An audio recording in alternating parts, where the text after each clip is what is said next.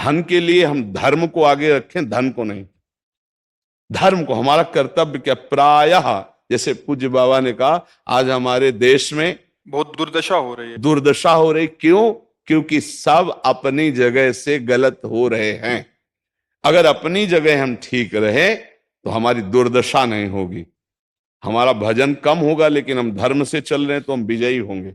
हम भगवान को प्रसन्न कर सकते हैं, क्योंकि हमें जो कार्य मिला है वो भगवान का ही कार्य, सृष्टि भगवान का कार्य। जैसे नए बच्चे कुछ वकालत पढ़ रहे थे, तो यहाँ आके प्रश्न किया था कि हम जानते हैं कि वो दोषी नहीं है, हम जानते हैं कि वो दोषी है, पर दोषी हमें पैसा दे रहा है, तो हम वकालत पढ़ी इसीलिए, हम उसको जिताएंगे, तो क्या कोई पाप है? तो उनका खुला पाप है। बोले नहीं, हमारी कोई ऐसा कंपनी दो, ऐसा कुछ बोले कि हमारी कंपनी को ये सिखाया जाता है, तो हमको तो ये करना ही होगा, अगर नहीं करेंगे तो हमारी वकालत का मतलब क्या रहा? तो नहीं, वकालत का मतलब अधर्मी को मुक्त करवाना नहीं है। वकालत का मतलब अधर्मी के सबूत एकत्रित करके उसको दंड दिलवाना है और धर्मात्मा को मुक्त करवाना है। अब इसके लिए आपके पास अर्थव्यवस्था अगर कमजोर भी है तो धर्म व्यवस्था आपकी पूरी है। धर्म व्यवस्था ठीक है तो परिवार स्वस्थ रहेगा, सुखी रहेगा, भगवान आप पर प्रसन्न रहेंगे। अच्छा, फिर हमने तर्क रखा कि जैसे आपकी बहन के साथ कोई गलत व्यवहार करे, आपको पता है, और वो आपको 10 लाख रुपया घूस दे, तो क्या आप उसका पक्ष लेंगे?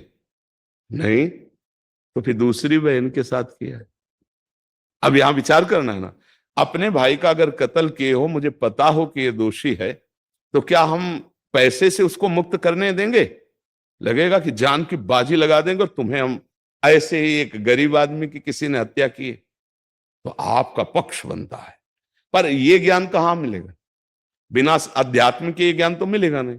ज्ञान तो इस बात का मिला कि कैसे पैसा कमाया जाए। अच्छा, वो पैसा यदि अधर्म से आया है तो आपकी दुर्दशा कर देगा, आपकी बुद्धि भ्रष्ट कर देगा। तो जो बाबा कह रहे हैं कि आज हमारे समाज की बड़ी दुर्दशा हो रही, उसका कारण यही है कि हमें अध्यात्म का ज्ञान नहीं, हमें धर्म का ज्ञान नहीं, और बड़ी बड़ी गलतियां हो जाती है। बिल्कुल पता है आदमी निर्दोष है और हम धन के प्रभाव से उसको दंड दे देते हैं। वो दंडा भगवान जब आपको पलट कर देंगे तो आप सह नहीं पाओगे, उसका परिणाम बहुत बुरा होता है।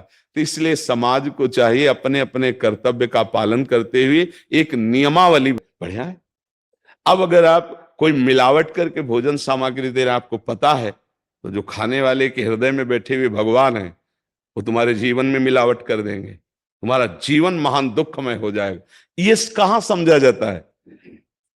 एक आदमी सिंथेटिक दूध बना रहा है, उससे कहो ये अपने बच्चे को पिला, नहीं पिलाएगा। फिर ये दूसरे का बच्चा जब पिएगा तो उसकी हालत क्या होगी? दूसरे शरीर में जाएगा तो हालत क्या होगी? वो केवल धन की बुद्धि रखता है।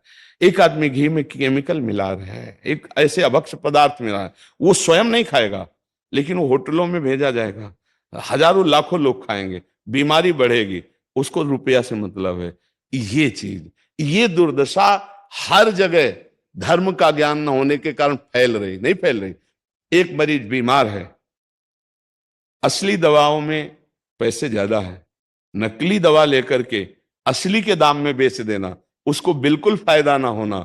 लेकिन परमात्मा देख रहा है, तुम जानते हो नकली दवा है, वो तो नहीं जानता बेचारा, ज्यादा पढ़े लिखे नहीं, किसान आदमी गांव का आया है, तुमने दे दिया और उसने पैसा दिया असली के। अब वो पैसा तुम्हारी बुद्धि भ्रष्ट करेगा, तुम्हारे परिवार में कलह पैदा करेगा और तुम्हारा पतन कर देगा।